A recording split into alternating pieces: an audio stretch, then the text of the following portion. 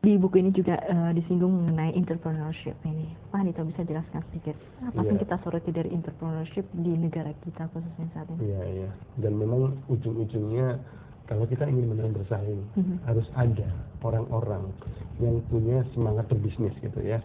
Bisa pemiliknya, bisa pemegang sahamnya gitu, entrepreneur yang pemilik gitu. Tetapi juga bisa corporate entrepreneur gitu atau intrapreneur gitu.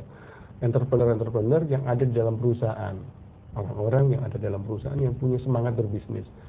Karena pada dasarnya kemampuan bersaing perusahaan itu akan bertumpu kepada orangnya, kepada kompetensi orang-orangnya.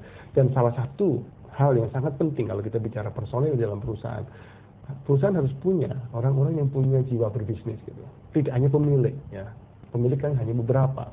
Harus ada lebih banyak lagi, dan itu harus dibangun dengan kita mengajak teman-teman di dalam perusahaan kita akan menjadi entrepreneur di dalam perusahaan atau corporate entrepreneurship. Dan itu menjadi hal yang penting itu, adanya corporate entrepreneur yang membuat perusahaan itu tidak hanya sekedar hidup tapi tumbuh terus gitu. Menumbuhkan jiwa entrepreneurship itu kan tidak gampang Pak Hanito.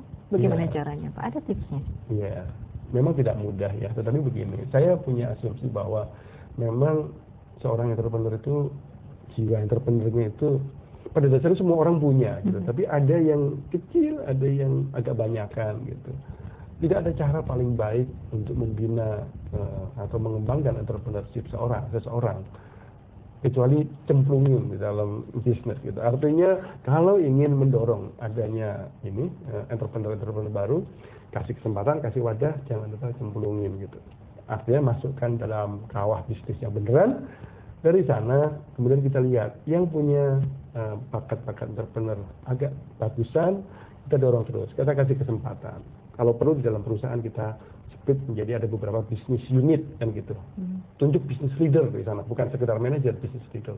Ya, tolong urus perusahaan ini sebagai seorang entrepreneur. Dengan demikian akan tumbuh entrepreneur, dan itu juga bagian dari training yang saya ingin ajak gitu ya. Saya rasa masyarakat Indonesia perlu lebih banyak entrepreneur.